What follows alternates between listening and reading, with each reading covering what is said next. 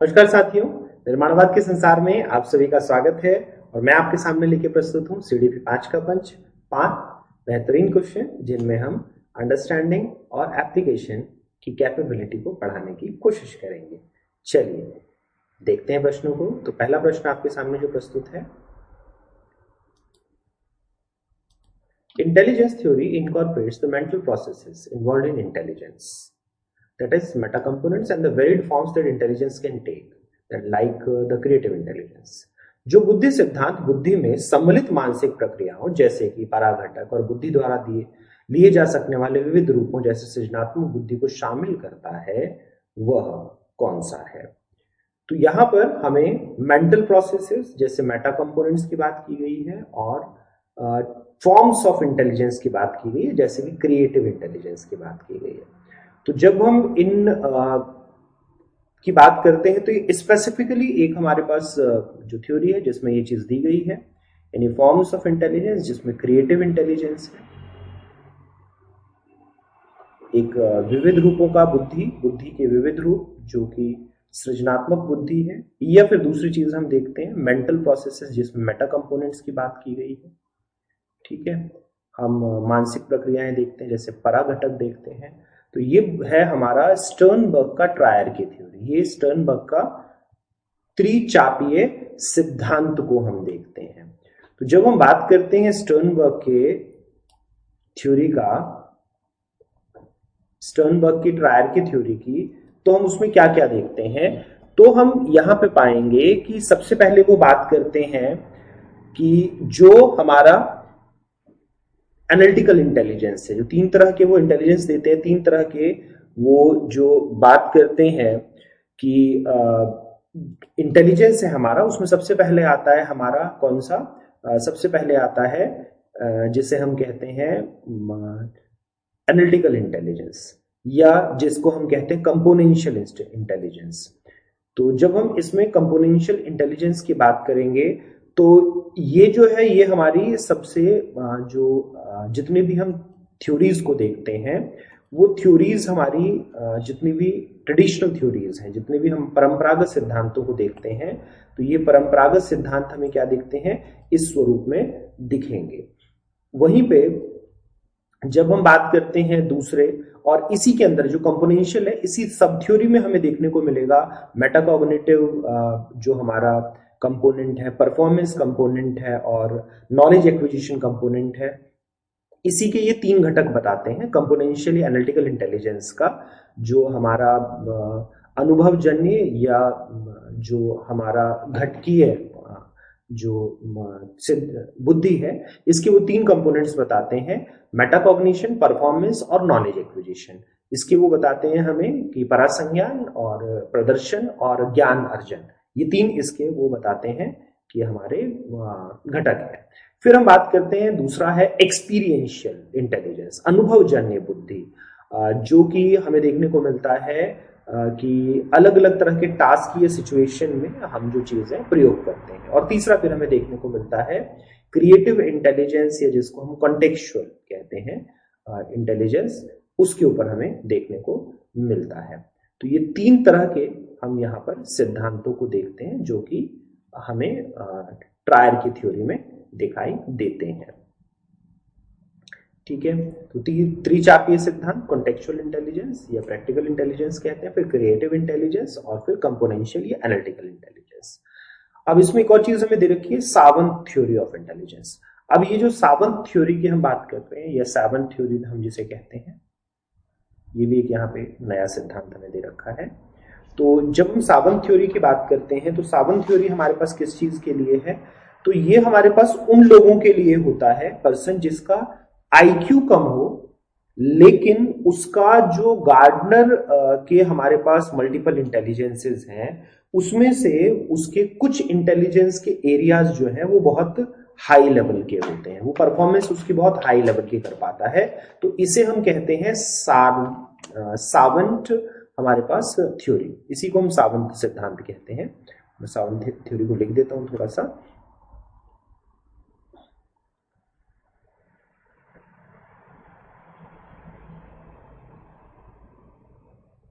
Sawant syndrome.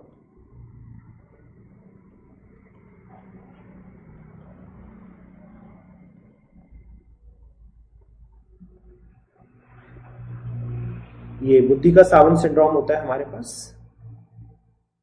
ठीक है। A person of less than normal intelligence, that is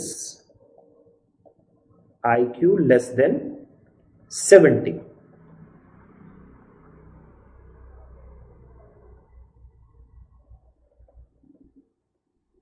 has prodigious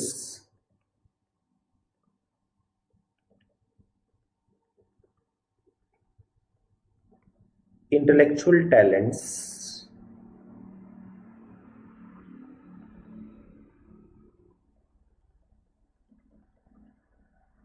in a specific area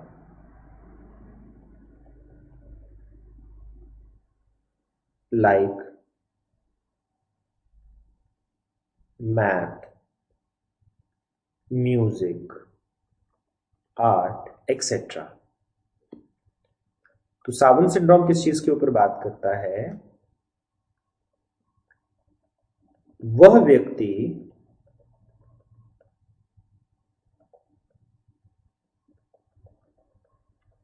जो सामान्य से कम बुद्धि अर्थात 70 से कम आईक्यू वाला हो,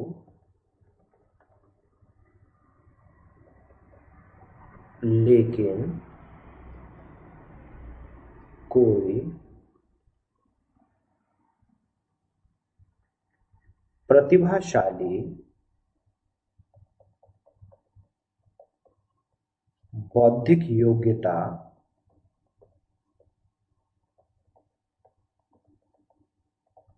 रखता हो। तो इसके ऊपर एक मूवी बन रही है जो कि है लाल सिंह चड्ढा।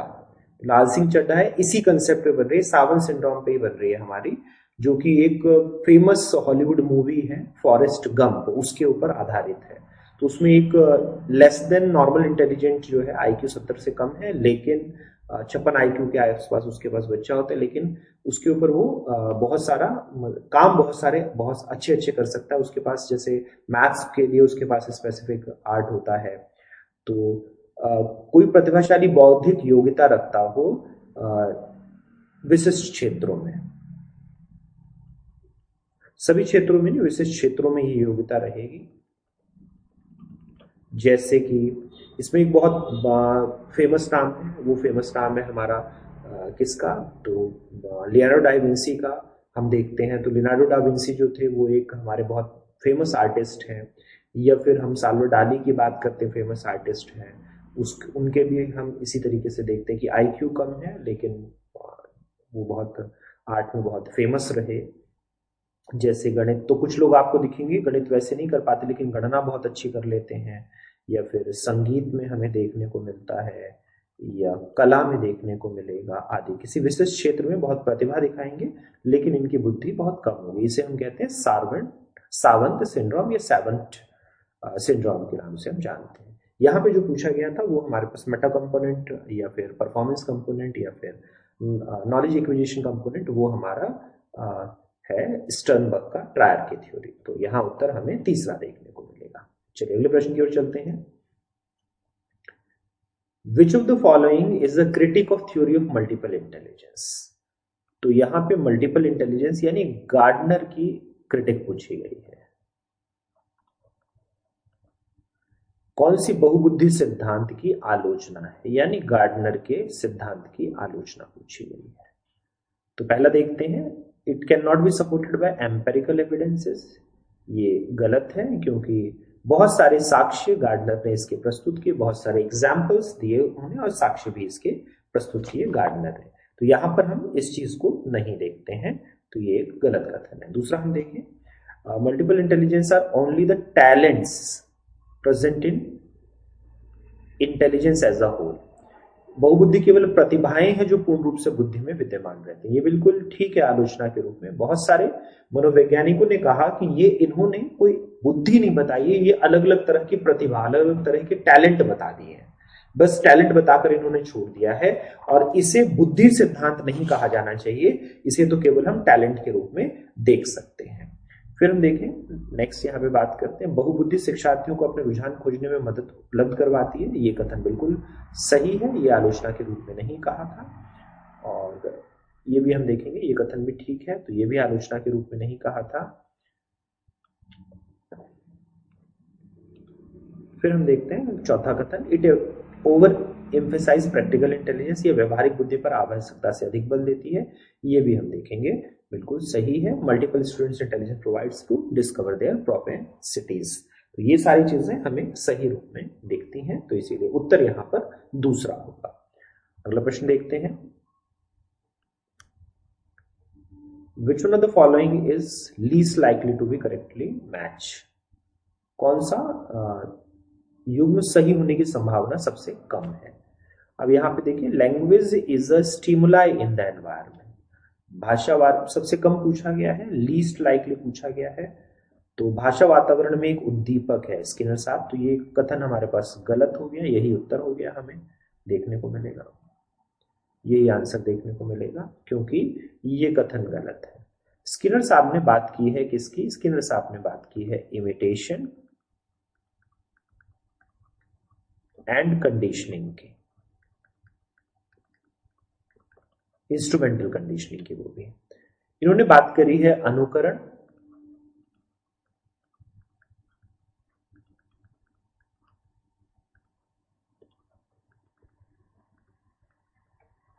और अनुबंधन की।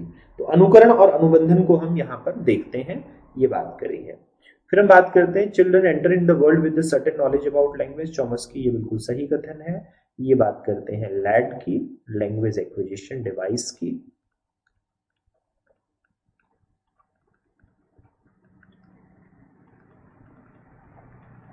जो कि जन्मजात क्षमता के रूप में देखते हैं, भाषा अर्जन यंत्र की बात करते हैं। Language thought are initially two different activities, ये भी बिल्कुल सही कथन है। वाइगोस्की शुरू में ये बात करते हैं कि भाषा और विचार बिल्कुल अलग अलग है, और हमारे पास भाषा से फिर हम देखेंगे कि थिंकिंग डेवलप होती है, लैंग्वेज से फिर थिंकिंग डेवलप होती है। लैंग्वेज कंटीजेंट ऑन थॉट, जो भाषा विचार पर आधारित है, तो भाषा और विचार प्रारंभ में दो गतिविधियां हैं, तो ये दोनों भी हमें ठीक देखने को मिलते हैं। Language is contingent on thought, ये भी हमें देखने को मिलता है, पहले विचार आएगा और फिर भाषा आएगी, तो भाषा विचार पर आधारित होती है। ये बात करते हैं कौन, प्याजे, पहले विचार आएगा, पहले थिंकिंग आएगी और फिर भाषा आएगी, लैंग्वेज आएगी। ये बात करते हैं प्याजे, तो ये कथन भी ठीक है। यहां पे हमें उत्तर देखने को मिलता है पहला, जो कि हमें देखने को मिला। स्किनर कंडीशनिंग की बात करते हैं। चलिए अगले प्रश्न की ओर चलते हैं। Feature assign due to social rules and not due to biological environment, तो सोशल रूल से हमें मिले और नॉट बायोलॉजिकल एनवायरनमेंट। सामाजिक भूमिका के कारण, जीव वैज्ञानिक संपत्ति के कारण, न कि जीव बनी विशिष्टताएं, तो जो हमें विशिष्टताएं मिलती हैं उन्हें हम कहते हैं जेंडर रोल स्टीरियोटाइप। तो यहां पर हमसे किसकी बात की, सामाजिक भूमिकाओं यानी प्रक्रिया की बात की गई है। तो सोशल रोल्स जो हमें देखने को मिलते हैं, इस प्रक्रिया को हम कहते हैं सोशलाइजेशन। और सोशलाइजेशन में जो जेंडर कंसेप्ट है, ये जो प्रक्रिया है सामाजिक भूमिकाओं के कारण जो मिलती है, ये है सामाजिकरण। और सामाजिकरण में हम लैंगिकता की बात करते हैं। जबकि अगर हम बायोलॉजिकल एंडोमेंट को देखें, तो बायोलॉजिकल एंडोमेंट हमें क्या देखने को मिलता है, सेक्स के रूप में जो कैरेक्टरिस्टिक्स देखने को मिलते हैं, जब हम जीव वैज्ञानिक संपत्ति की बात करते हैं तो यहाँ पर हमें लिंग देखने को मिलता है, और लिंग के फिर अलग अलग लक्षण देखने को मिलेंगे, सेक्स के फिर हमें कैरेक्टरिस्टिक्स देखने को मिलेंगे। तो यहाँ उत्तर हमें देखने को मिलेगा स्टीरियोटाइप, रूढ़िबद्धता देखने को मिलती है, जो कि समाज हमें अलग अलग भूमिकाएं देता है। किसके कारण? हमारे लिंग के कारण, मेल और फीमेल होने के कारण हमें ये जो देता है। तो यहां पर उत्तर चौथा देखने को मिलेगा। चलिए अगले प्रश्न की ओर चलें।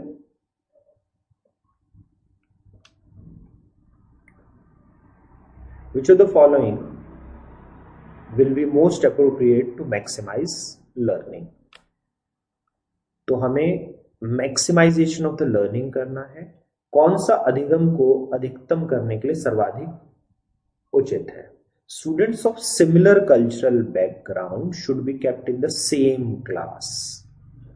समान सांस्कृतिक पृष्ठभूमि वाले बच्चों को एक कक्षा में रखा जाए ताकि मत वैभिन्न से बचा जा सके, to avoid differences in opinion, जो कि हमें देखने को मिलता है कि गलत है, क्योंकि अब हम मिक्स क्लास स्ट्रेटेजी की तरफ जाते हैं। अब हम विविधता का उत्सव मनाते हैं, वी सेलिब्रेट डाइवर्सिटी।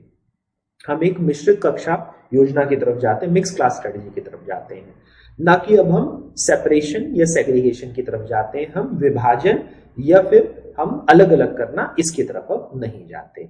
सेकंड देखते हैं, teacher should identify her cognitive style as well as offer students cognitive style. शिक्षक अपनी संज्ञानात्मक शैली तथा शिक्षार्थियों की संज्ञानात्मक शैली की पहचान करें।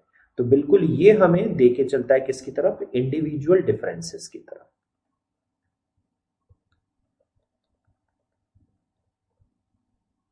ये हमें लेके चलता है वैयक्तिक भिन्नताओं की तरफ, कि जब हम बच्चे की शैलियों की पहचान करेंगे, अपनी शैलियों की पहचान करेंगे, तो हम वैयक्तिक भिन्नताओं की पहचान कर रहे हैं और उसके हिसाब से काम कर रहे हैं। तो यहां पर हमें ये एक सही कथन दिखता है। बाकी कथनों को भी देख लेते हैं। Individual differences in student should be smoothened by pairing similar student. Similar, व्यक्तिगत भिन्नता को सहज बनाने के लिए समान शिक्षार्थियों के साथ। तो यहां पर हमें समान शिक्षार्थियों के साथ जोड़ने की आवश्यकता बहुत अच्छी देखने को नहीं मिलती, कि जो बच्चा है एक समान। यहां पर हम विविधता की बात करते हैं, we will talk about the differentiation. हम यहां पर डिफरेंशिएटेड लर्निंग की बात करते हैं, हम यहां पर विभेदीकृत अधिगम की बात करते हैं। तो यहां सिमिलर स्टूडेंट्स नहीं रहेंगे, हम विविधता में उत्सव की बात करेंगे, we will celebrate the differences. Teacher should focus on only one learning style. तो ये ओनली वन के ऊपर गलती है। अधिकतर परिणाम लाने के लिए शिक्षक को केवल एक अधिगम शैली, तो केवल एक अधिगम शैली नहीं, अब उसको एक्लेक्टिज्म करना है। उसको क्या करना है? उसको अब खिचड़ी बनानी है, उसको समग्रता लेके आनी है। तो यहां पर इसीलिए उत्तर हमें दूसरा देखने को मिलेगा।